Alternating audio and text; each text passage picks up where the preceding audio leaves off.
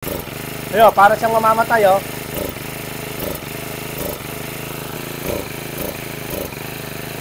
Ito, pinipihit po siya, oh.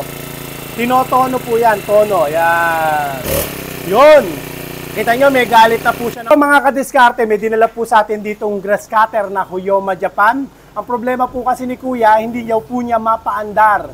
Ito, tingnan nyo naman po kung gaano na po siya kaluma at kung paano gamit na gamit po sa kanila ang grass cutter po na Huyoma Japan. Gamit po nila to sa bukid. Kaya lang, dinala po rito, problema daw po niya, bakit daw po, matagal daw pong na-stock, ayaw daw pong umandar o hindi raw po nila ma-start. Nagtataka nga si Kuya, 2 hila ko lang po, umandar po siya. Pero ito po ang sikreto, gusto ko po kayong bigyan ng tips sa Diskarte Pinoy TV.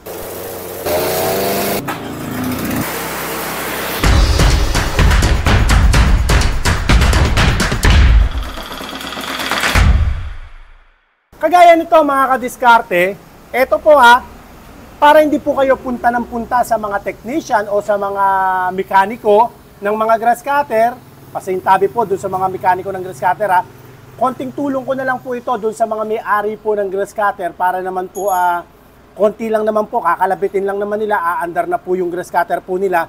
Ito ang kagandahan ng Huyoma Japan. Sa Huyoma Japan, hindi mo na kinakailangan lagi pong maglilinis po ng karburador. Every time na may konting bara, baklas na naman, linis, hindi. Ito ang kaibahan niya. Meron po siyang adjustment.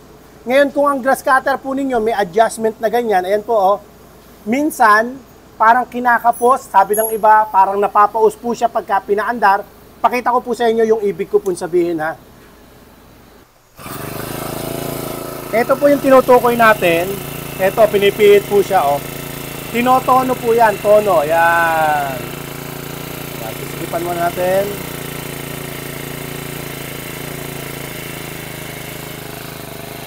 Ayun, mapapansin nyo, pag pinindot natin ang silinyador, ayaw niyang tumuloy. Ayun, para siyang mamamatay,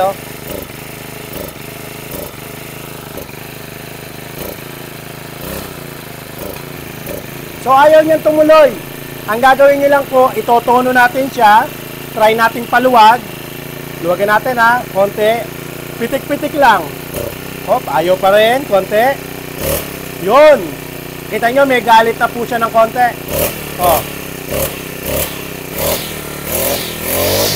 Okay.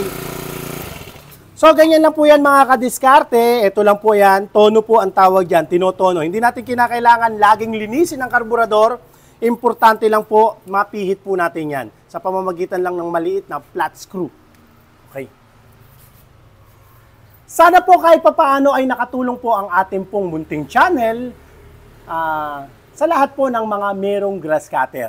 Paki-follow nyo na rin po ako sa aking pong Diskarte Pinoy TV.